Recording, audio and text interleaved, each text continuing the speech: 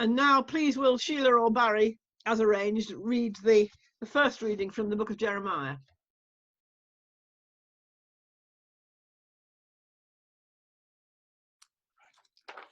The first reading then from the book of Jeremiah, chapter 20. O Lord, you have enticed me, and I was enticed. You have overpowered me, and you have prevailed. I've become a laughing stock all day long. Everyone mocks me. For whenever I speak, I must cry out, I must shout violence and destruction.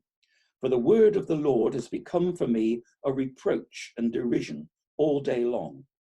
If I say, I will not mention him or speak any more in his name, then within me there is something like a burning fire shut up in my bones. I am weary with holding it in, and I cannot. This is the word of the Lord. Thanks be to God. Thank you, Barry. We don't often read Jeremiah, and Jeremiah has a reputation for misery, I suppose. The book of Jeremiah, in the middle of the Old Testament, comes straight after the Psalms, I think. Jeremiah lived probably about 600 years before Jesus. And much of the book of Jeremiah seems to have been written at the time of a huge disaster for the faithful people of Israel, of Judah, which is the exile to Babylon and the first destruction of the temple in Jerusalem. There was another destruction of the temple in Jerusalem a few years after Jesus' life, but we'll come to that later. But Jeremiah was a prophet who, and I think that's what this short passage is about, felt himself called from a very early age to proclaim the love of God for his people and the failure of the people to respond, to be faithful servants of God and to behave accordingly. And he felt himself over and over again, this is partly what the book's about, pushed to proclaim the love of God and to complain that the people were not serving God, were not loving God, were not looking after what God had given them, which meant they weren't looking after each other and they weren't looking after their land, their world. And for a lot of the time when he was writing, many of them were imprisoned or at least in exile in Babylon. Now, it seems to me there are several things about that which kind of speak to us, perhaps. One is the sense of exile. And maybe in a minute or two, one or two of you might like to say something about where you think we are now with the virus, with the closure of the churches, with our being forced to meet like this, which excludes people who don't like Zoom. That sense of exile, that sense of imprisonment. And the other thing is his fear over and over again. He doesn't want to talk about God because people are cross with him. People don't like being told they've got it wrong. But as he says, I'll not mention him or speak any more in his name. And then within me, there's something like burning fire shut up in my bones. I'm weary with holding it in and I cannot. He's frightened all the time because he thinks he has to speak of the love of God.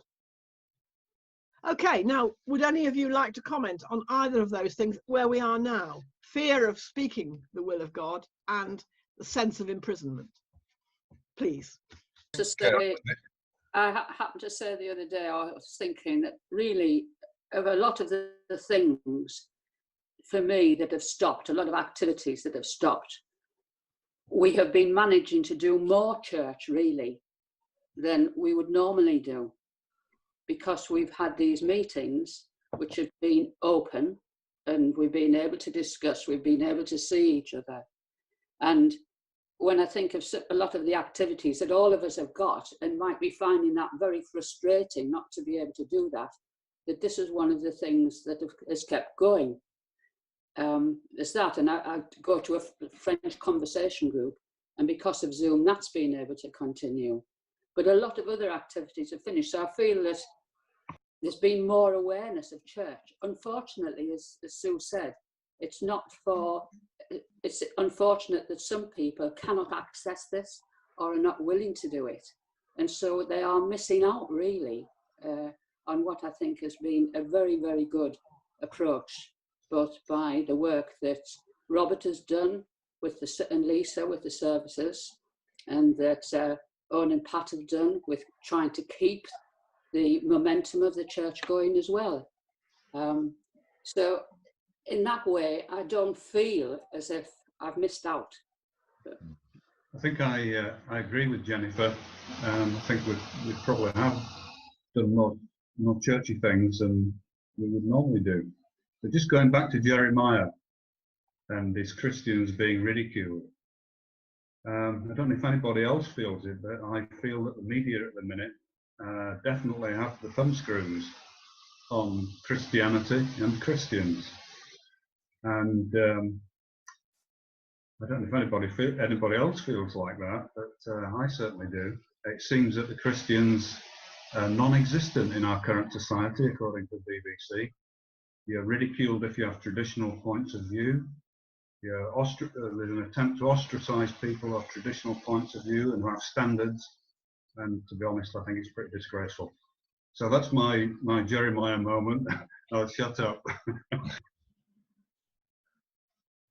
I think from here, I mean, these meetings are as the best substitute we can make for actually meeting in the flesh, so to speak. I think both Sal and I would welcome being able to get back to that. And I suppose it was encouraging yesterday that we were able to walk to the village and we saw quite a lot of people and we were able to talk to them, which I mean, more than we have over the last few weeks, really, with it. I think coming on to I think with Bob's point there about how Christianity is portrayed in the media, I think that's right, really. Some of the points of view that Christians have don't seem to get that much airtime these days. A lot of other points of view do. I suppose it reflects on that, the sort of this feeling of separation and exile, really. We seem to be getting into that in a whole lot of ways, with chunks of society separating themselves from other chunks of society. I mean, the Black Lives Matter movement being part of that seems to be causing some of these divisions really to come out, but there's a whole lot of other things that sort of come alongside what's happening with COVID. I have my own views on Brexit, but we've got that kind of view going on as well, and we seem to have, if you like, more conflict going on.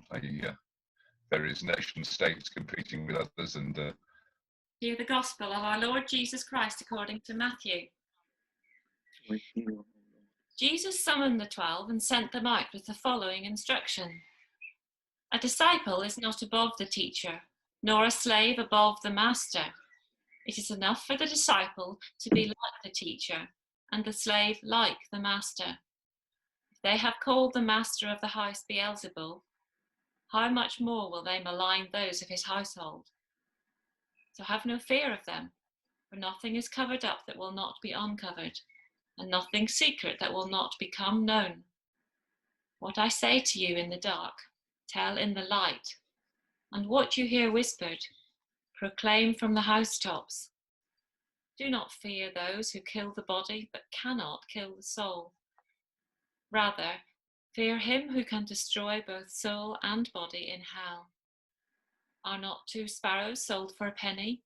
Yet not one of them will fall to the ground unperceived by your Father. And even the hairs on your head are all counted. So do not be afraid. You are of more value than many sparrows. Everyone, therefore, who acknowledges me before others, I will also acknowledge before my Father in heaven. But whoever denies me before others, I will also deny before my Father in heaven. Do not think that I have come to bring peace to the earth. I have not come to bring peace, but a sword. For I have come to set a man against his father, and a daughter against her mother, and a daughter-in-law against her mother-in-law. And one's foes will be members of one's own household. Whoever loves father or mother more than me is not worthy of me, and whoever loves son or daughter more than me is not worthy of me. And whoever does not take up the cross and follow me is not worthy of me. Those who find their life will lose it, and those who lose their life for my sake will find it. This is the word of the Lord. Thanks be to God. So, when you were talking, the thing that immediately came to mind for me was growing up. I went through some difficult times because at school it's not really very popular to believe in any god and go to church or anything, and it's very difficult to not succumb to the peer pressure and just want to fit in and not say that you believe in God. And I feel that that kind of passage really spoke to me in that way, and that you've got to be true to yourself and what you believe, no matter the consequences on your own emotional, physical, and well-being. Anyway, that's what I thought. I'll add something as well. For me, it was, since you've unmuted us, I may as well speak too. When I read the passage as the reader, the gospel one, I found that really difficult, because I just thought, this doesn't immediately make sense. Christ is the Prince of Peace. Why is he saying I didn't come to bring peace? I came to set father against daughter and mother. You know, lots of people probably against the mother-in-laws, but that's beside the point. You know, it just didn't make sense to me. Why would Christ choose to do that? But as Gordon spoke, it just sort of made more sense. It isn't saying you have to be against them, but if there's a situation which is, I don't know, maybe your partner wants to do something that you believe to be unkind or unjust, or, you know, then you must stand up, like you say, be prepared to stand up for what you know is Christ's loving way, Christ's justice, Christ's love. And that's what it is, Christ's love and justice, I think, that are the things we have to stand up for all the time. Like you say, not being afraid of political debate, not be afraid to join the Black Lives Matter stuff and say what needs to be said rather than just hide. Yeah, it made a bit more sense, really. It's not just standing up for the sake of it. It's not just standing up and, you know, for the sake of saying, well, I believe in God. It's much more about, what does God want us, what's the outworking of God's will for this world in terms of justice and love for others, and what true values ought to be. And we mustn't be afraid to stand up for those, even if it makes our lives uncomfortable. The one image that always comes to mind for me is, a long time ago I watched this film. I very recommend it. It's called Salmon Fishing in the Yemen. And in it, they're trying to get salmon fish to swim the other way.